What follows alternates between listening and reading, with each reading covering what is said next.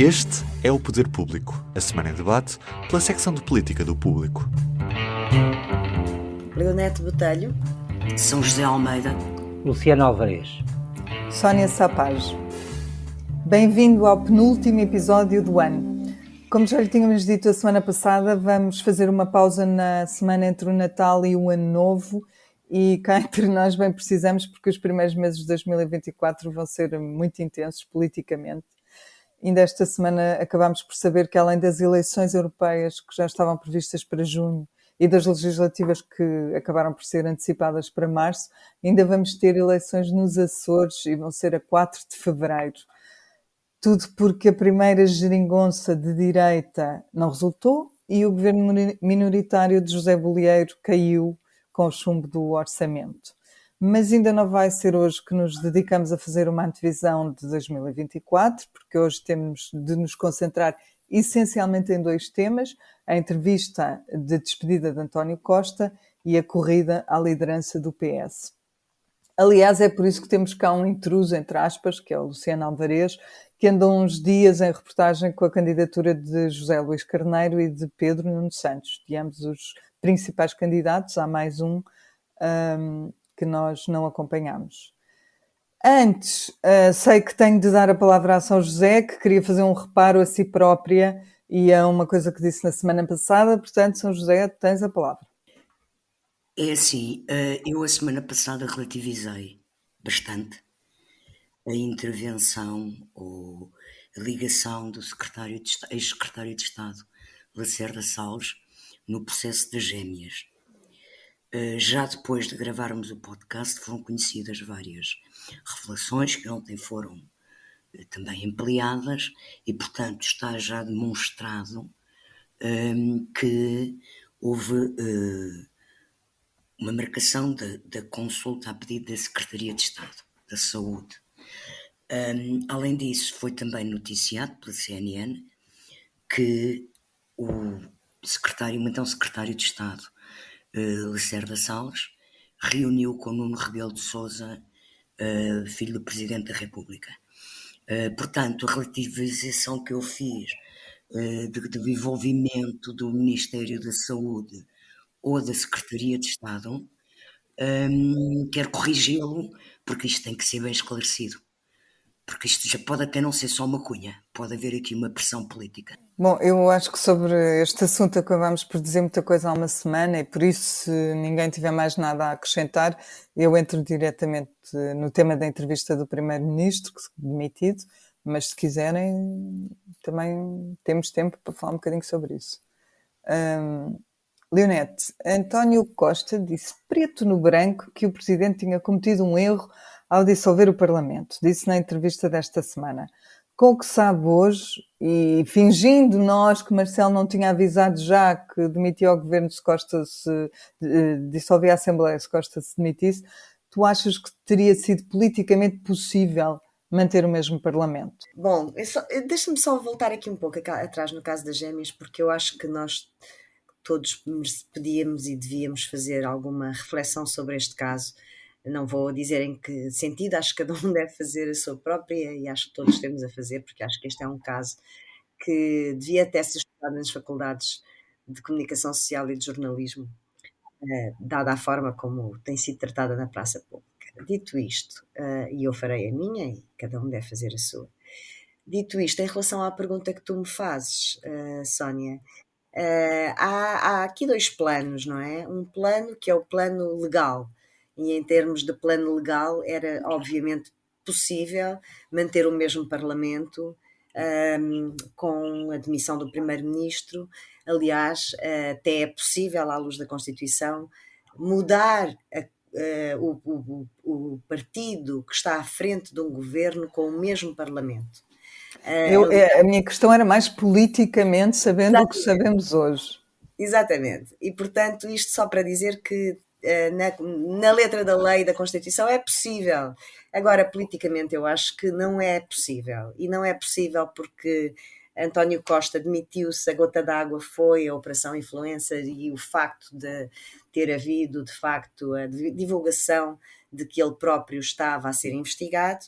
Essa é a gota d'água de um copo que estava muitíssimo cheio, já há bastante tempo, e de que nós fomos falando ao longo deste ano e tal, e que tem a ver com toda uma sucessão de casos e episódios no seio do próprio governo, que muito foram abalando o próprio governo, como aliás toda a gente sabe, e fomos escrevendo, deu origem a mais de uma dúzia, foram 14 ou 16 penso eu, demissões de ministros no âmbito num ano de governo, e portanto havia todo um clima já bastante de fim de ciclo, apesar da maioria absoluta ter tomado posse apenas em março de 2022. Leonete, havia muitos parágrafos. Havia, havia muitos parágrafos, havia muitas suspeições, houve muitos ministros e secretários de Estado com suspeições criminais, alguns deles caíram por suspeições criminais, estão os casos a seguir na Justiça. Havia também muitos casos políticos de falta de autoridade ou de outro tipo de questões, como a indemnização da Alexandra Reis. Havia todo um conjunto de situações que apontavam para um fim de ciclo, e, portanto, tiveram essa gota d'água, esse azar dos távoras, essa cereja no topo de um bolo, como queiramos chamar, mas politicamente o clima estava todo muito desgastado. E eu lembro-me quando foi do episódio da noite das infraestruturas, em que eu fiz um comentário na televisão, em que eu perguntei, depois de António Costa ter segurado o ministro João Galamba contra a vontade do presidente, se António Costa ainda queria continuar a governar. Eu sinceramente acho que António Costa não tinha uma genuína vontade de levar esta legislatura até ao fim como primeiro-ministro, na sua pele. O que não quer dizer que quisesse que o governo caísse, obviamente que não. Isso não queria, mas politicamente eu acho que não havia, depois desse caso influencer envolvendo algumas das pessoas mais próximas, inclusive algumas suspeitas, que enfim não são conhecidos neste momento quaisquer indícios relevantes para envolvimento do primeiro-ministro, mas a verdade é que o seu chefe de gabinete, sim, o seu melhor amigo ou ex-melhor amigo, sim, e isto é de facto um culminar de um processo político de muito, muito desgaste, e que sinceramente eu acho que necessitava, se havia aqui alguma situação de pântano, eu acho que este caso, esta situação que nós vivemos nos últimos meses, muitos meses, apontava um pouco para aquilo que António Guterres em certa altura chamou o pântano, numa altura em que não se via mais do que uma derrota nas eleições autárquicas, e portanto politicamente eu acho que o país estava muito desgastado. Não está melhor agora, não está melhor, mas não vejo que houvesse outra solução senão haver uma clarificação política. Essa clarificação em democracia chama-se eleições.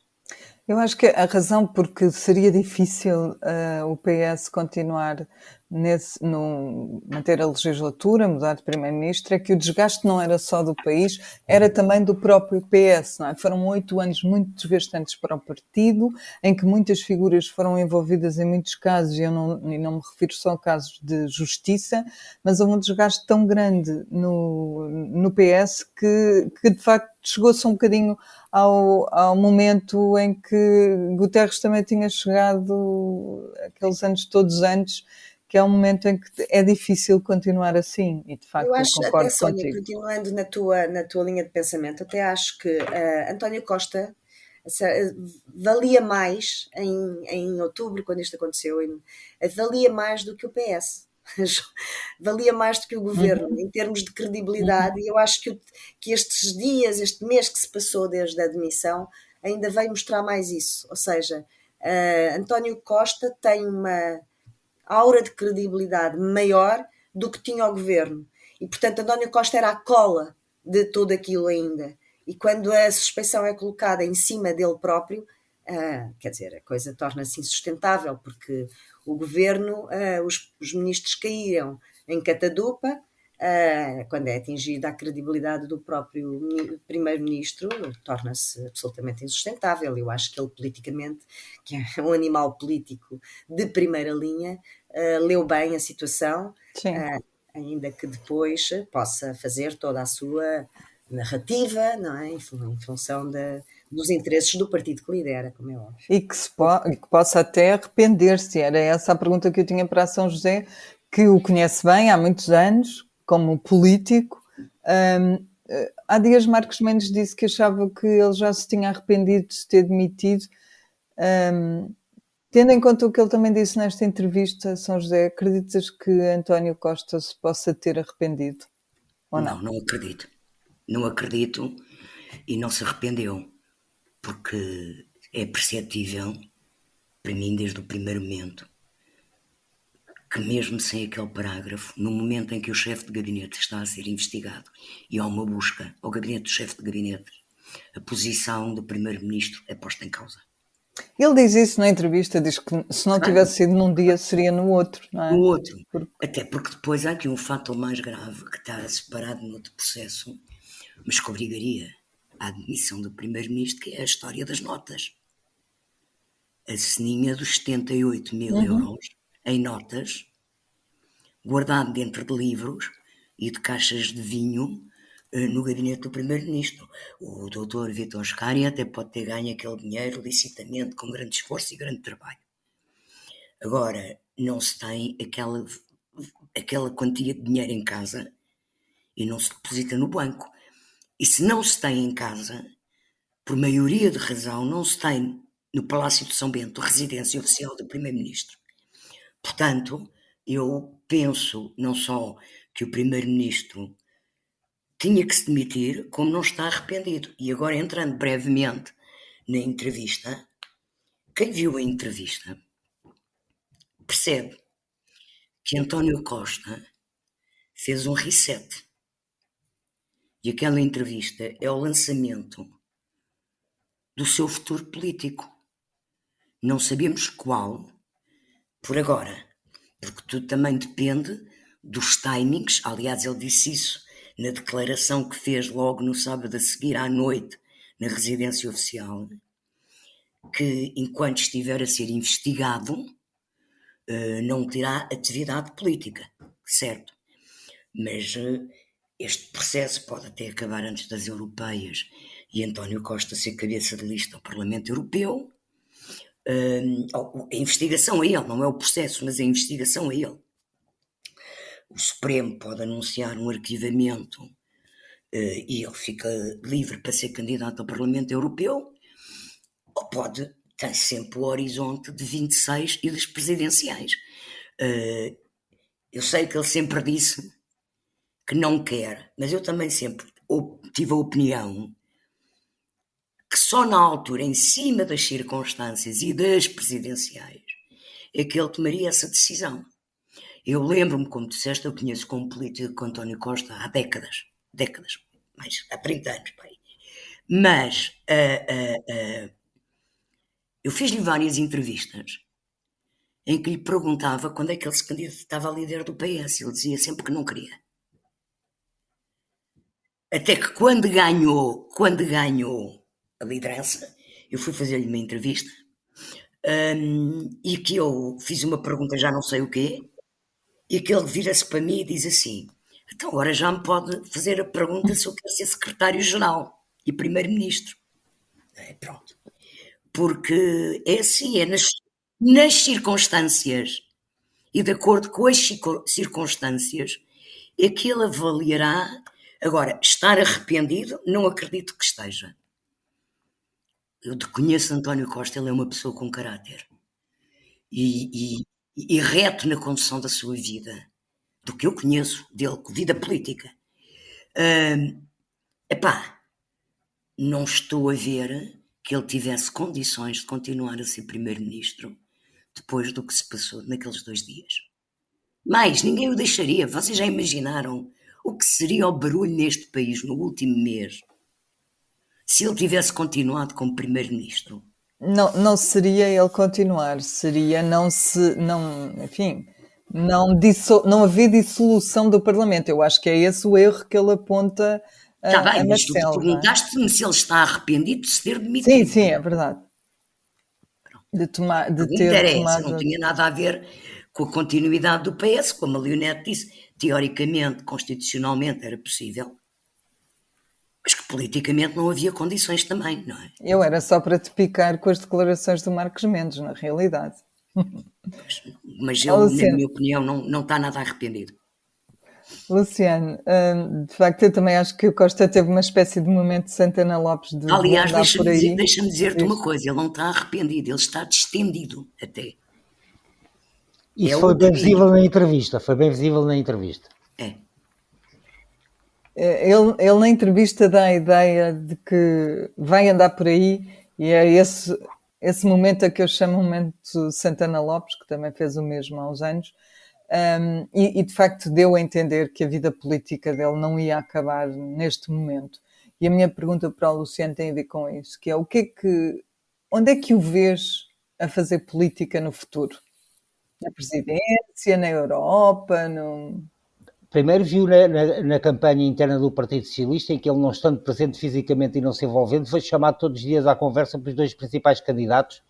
O para mim foi surpreendente, porque quando tu tens um primeiro-ministro missionário, um líder do PS missionário, imaginarias que, bem, é melhor não falarmos, e que está envolvido num processo judicial, não é? Está a ser investigado, imaginarias que ninguém o chamaria à coação. Pelo contrário, foi chamado todos os dias pelos dois principais candidatos, com grande orgulho, ambos reclamando-se ainda que indiretamente os seus herdeiros políticos, elogiando a sua obra e o seu trabalho, e já foi chamado pelos dois principais candidatos, se ganhar as eleições, para participar na campanha eleitoral para as legislativas. Portanto, António Costa esteve sempre presente nesta campanha interna do Partido Socialista. Quanto ao futuro, a São José já disse tudo. Vejo num grande cargo europeu, vejo como líder, como candidato a primeiro nome da lista para as europeias, e vejo também na presidência da República, se ele assim o desejar, e é muito possível que o deseje, não é? Não se está a ver no Partido Socialista nenhum candidato com maior força que ele para ir a essa batalha, e provavelmente, se for, ganha essa batalha. Porque António Costa, como disse, São José continua a ter um capital de credibilidade muito grande, apesar de todo este processo e apesar das trapalhadas que foi este governo, continua a ter um capital de crédito muito grande, e portanto vejo no Palácio do Belém perfeitamente como candidato à presidência da República. Portanto, na tua opinião está mesmo tudo em aberto, não é? Há várias hipóteses, não... Tudo em aberto, para já um grande cargo europeu. Há uma coisa curiosa, os secretários-gerais do Partido Socialista que chegaram a primeiro-ministro adoram os corredores europeus, adoram, desde Guterres. Sentem-se melhor lá nos corredores europeus do que se sentem nos corredores da política portuguesa. Vão sempre com grande alegria participando de todas aquelas reuniões na União Europeia. E António Costa também se sente muito bem lá, portanto, era um fato à sua medida também um grande cargo europeu. Aliás, já agora basta vê-lo ontem, não é? Nesta apresentação, portanto, no Conselho Europeu, nas declarações que faz, em que ele coloca, por exemplo, é António Costa que surge como o paladino, a pessoa que mais vai fazer pela entrada da Ucrânia na União Europeia. Ou seja, já com uma missão a nível europeu, com uma determinação em fazer avançar um processo tão importante e delicado como este. Portanto, quer dizer, António Costa está em vários tabuleiros. E já vestiu um fato um grande novo, capital político, sente-se perfeitamente à vontade e tem trabalhado para isso, e portanto, como disse o Luciano, e como eu também escrevi num comentário no fim de semana, vejo perfeitamente, seja quem for que ganha o PS, como cabeça de lista às eleições europeias. Isso seria uma forma incontornável do PS ganhar as eleições europeias, de colocar António Costa no cenário, no teatro europeu, para qualquer cargo que seja necessário, seja Presidente do Conselho Europeu, se as condições políticas europeias e os resultados das eleições europeias a nível internacional, europeu, assim o permitirem, ou então até como Presidente do Parlamento Europeu, e para isso é que servirá também estar como cabeça de lista das eleições europeias, e portanto não me admiraria nada, aliás não é nenhum desprimor. Lembremos, por exemplo, que Mário Soares, depois de ter sido primeiro-ministro, depois de ter sido presidente da República há 10 anos, foi candidato à presidência, foi cabeça de lista às eleições europeias, precisamente na mira de eventualmente vir a ser presidente do Parlamento Europeu. Portanto, não é nenhum desprimor para ninguém, pelo contrário, permitirá ter António Costa um líder europeu em qualquer ponto do xadrez europeu. Eu acho que ele ontem também deixou a porta aberta nesse sentido. Deixou. Uhum. Onde ele não tem feito campanha até agora é na corrida à liderança do PS. Os dois candidatos têm andado no terreno, como eu disse, o Luciano acompanhou-os, e por isso eu acho que está em condições de nos dizer, afinal, quem é que vai ganhar. Luciano, não me ligues, eu não quero fazer a pergunta exatamente assim. Não. Mas pelo que tu sentiste, qual é a campanha que está mais bem oleada? Estão as duas. No lado de Pedro Nuno Santos pensava-se que ia ser um passeio no parque e não foi, não é? José Luís Carneiro conseguiu grandes e importantes apoios dentro do partido, mostrou um discurso coerente, embora tivesse ali uma ou duas vezes corrigir algumas das suas declarações, nomeadamente aquela primeira declaração que fez, que abria a porta a entendimentos com o PSD, depois teve que vir dizer que afinal não era só com o PSD, é também com a esquerda, mas se for preciso com o PSD também para os grandes assuntos de Estado. Eu acho que ele cometeu um erro, depois também começou a corrigir, que foi atacar quase todos os dias o seu adversário, José Luís Carneiro atacar Pedro Nuno Santos. Pedro Nuno Santos, pelo contrário, desviou as suas críticas para o PSD, fugindo a esse confronto direto, até porque está muito confiante que vai ganhar e, portanto, não precisa de malhar no seu camarada de partido. Todos os indicadores, nomeadamente sondagens internas que existem no PS, indicam que é Pedro Nuno Santos que vai ganhar as eleições. Mas indica que não é de uma forma tão folgada como se poderia pensar no princípio. Aponta-se para 70-30, 60-40. 70-30 é uma diferença muito, muito grande. Mas imaginarias no princípio desta campanha, com Pedro Nuno Santos, por exemplo, o seu adversário tivesse 30%, 40%, não é assim um número tão baixo, não é? Sim, não é propriamente um empate, não é? É uma coisa muito clara. Sim. Leonete, uma das coisas que tem sido muito discutida entre as duas candidaturas, e que o Luciano já abordou um bocadinho, é a história das coligações e dos acordos, seja à esquerda, seja à direita, lá está. Atendendo aos problemas concretos com que o país se debate, tu acreditas que essa questão vai ser definitiva para os socialistas que vão votar? Para o universo de militantes socialistas, penso que não é decisiva a questão das alianças, mas serviu sobretudo para isso, embora depois tenha havido alguns exageros e acusações de radicalismo que não existem no PS neste momento, em nenhum dos candidatos, mas serviu sobretudo para posicionar os dois candidatos no xadrez do centro, naquele espaço do centro em que o PS se situa. Um ligeiramente mais à esquerda, ou bastante mais à esquerda, e o outro bastante mais à direita. Mais do que a questão das alianças, isso vai depois ser mais determinante nas escolhas que se algum deles for eleito primeiro-ministro, fará na governação, em questões estratégicas para o país, como a privatização da TAP, por exemplo, ou em questões da escolha da localização do novo aeroporto, porque sabemos e ficou muito claro durante esta campanha, que José Luís Carneiro irá tentar muito mais fazer acordos de regime, digamos assim, com o PSD do que Pedro Nuno Santos, por exemplo, em relação à localização do aeroporto.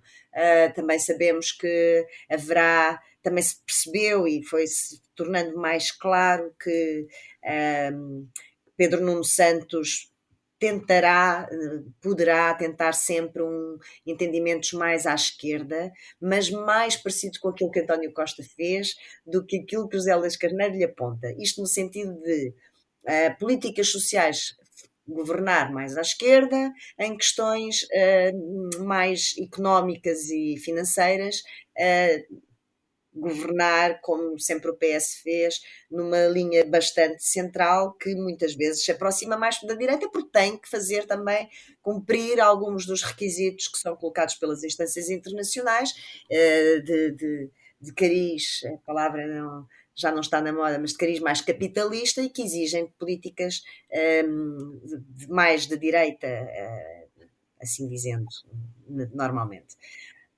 Portanto, acho que se houvesse primárias fora, portanto, com pessoas a votar fora do PS, talvez a questão das alianças fosse mais importante do que numas diretas internas, em que depois se joga mais o tipo de personalidade, o tipo de apoios internos, as pequenas negociações de cargos. E anotei, por exemplo, que no fim de semana, portanto, a menos de uma semana das eleições, José Luís Carneiro tenha ido prometer às bases, às concelhias e às distritais, que 50% das listas de deputados seriam definidas por elas.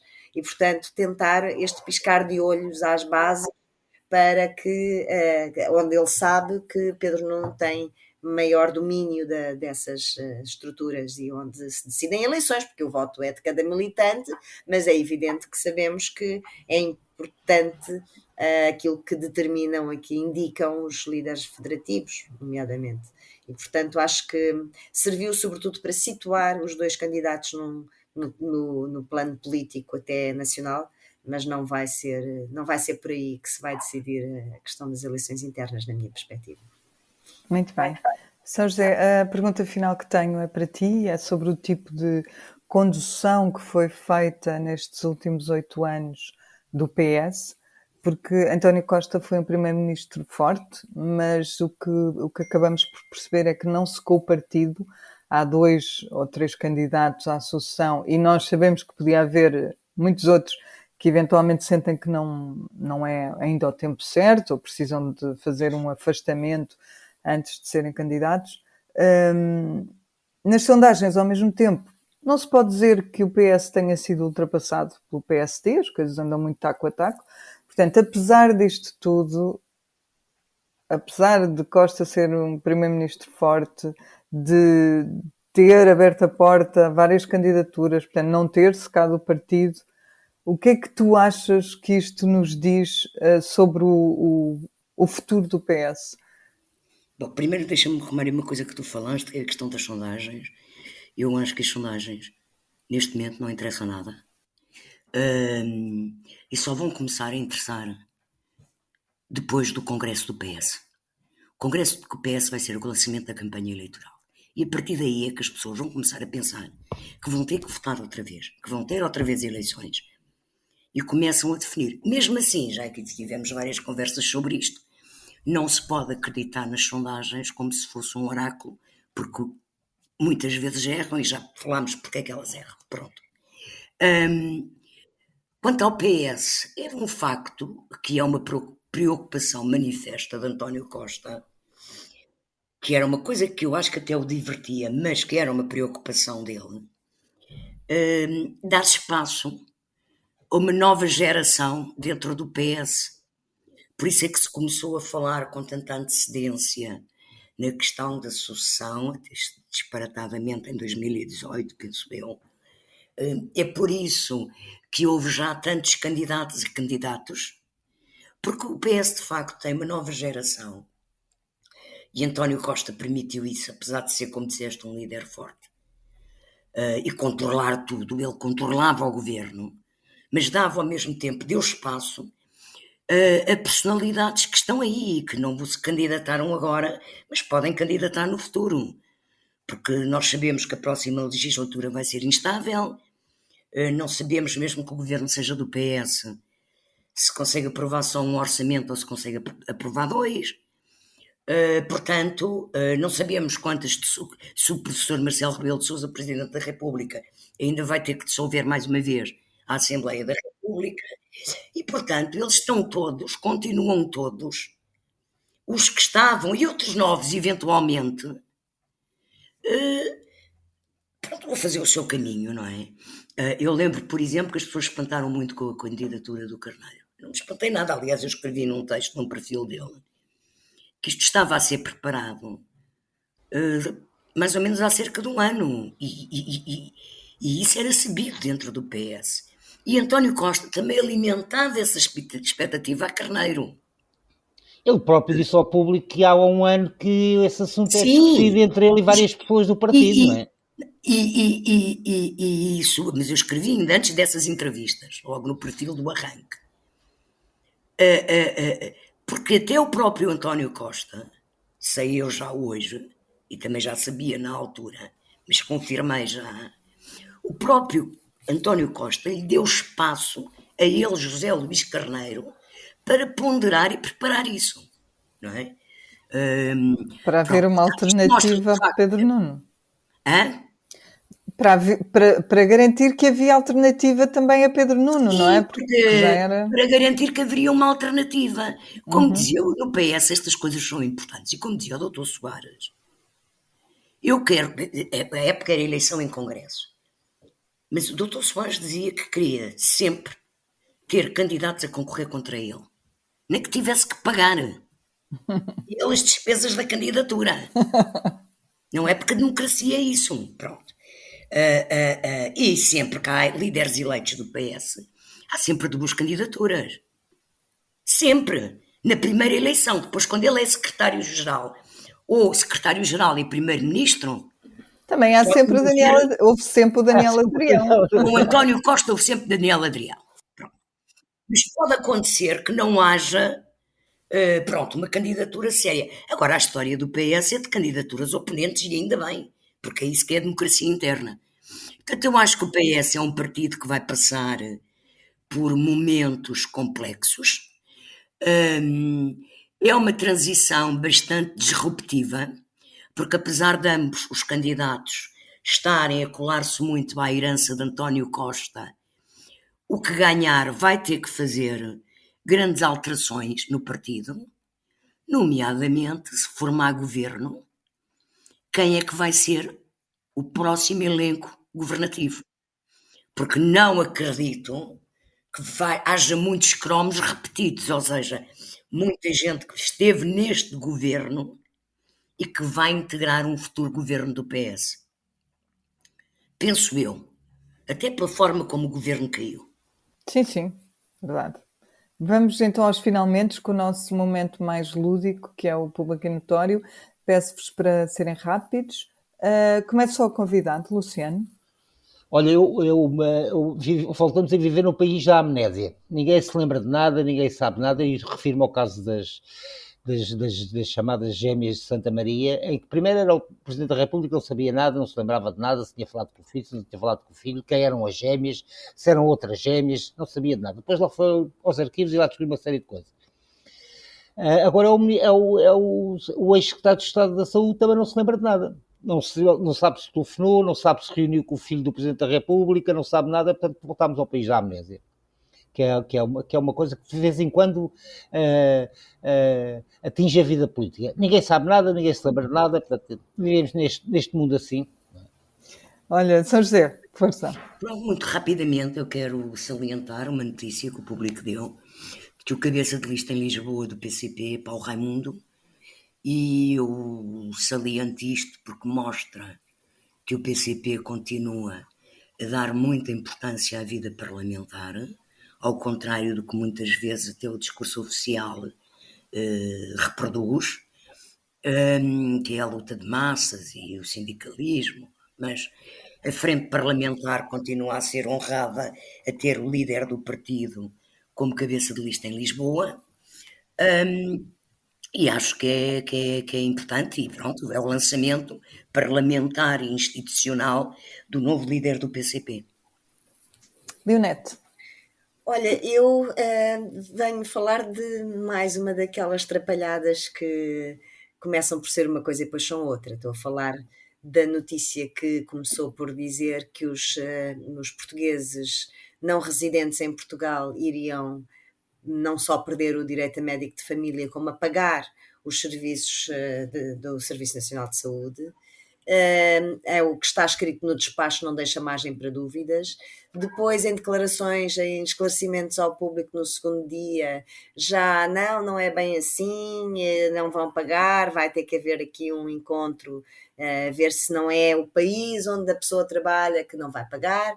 E hoje há mais um esclarecimento a dizer que nenhum imigrante vai ficar sem médico de família, sem ser contactado antes, e portanto aquilo que parecia ser uma situação, aliás, anómala no nosso país, que temos 2 milhões de imigrantes portugueses diretos, mais outro tanto ou mais de lusodescendentes pelo país, e que há muita gente a trabalhar fora, e é verdade, porque precisa e porque teve melhores oportunidades do que aqui, e são mesmo muitas centenas de milhares, e que vêm todos os anos a Portugal e que vêm ao seu médico de família e que é aqui que fazem exames médicos e continuam a ser acompanhados, iriam deixar de ter esse acompanhamento, pelo menos da forma mais ágil como têm hoje, e portanto acho que é uma desconsideração bastante grande que entretanto está a tentar ser corrigida, mas que aquela primeira notícia de que ficarão inativos e sem acesso a médicos de família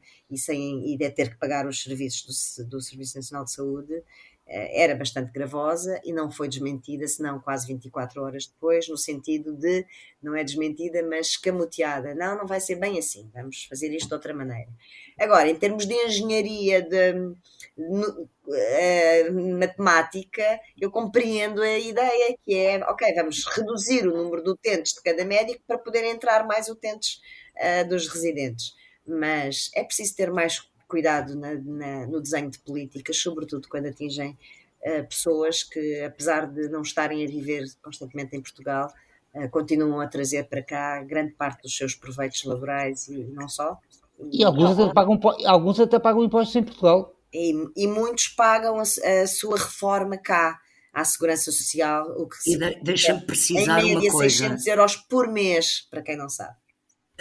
Deixa-me precisar uma coisa. O universo da diáspora portuguesa e lusodescendente está avaliado pela ONU em 5 milhões. Eu sei, eu falei em portugueses diretos e depois lusodescendentes. São cerca de 2 milhões. Pronto, mas os lusodescendentes que têm direito a isso, também, que têm direitos como cidadãos portugueses, está estimada a comunidade, a diáspora, chamada diáspora, em 5 milhões. Portanto, é metade da nossa população, quase. Podemos encerrar por hoje? Eu acho que é tudo. Sim, podemos, desejando boas festas aos nossos ouvintes e leitores, não é?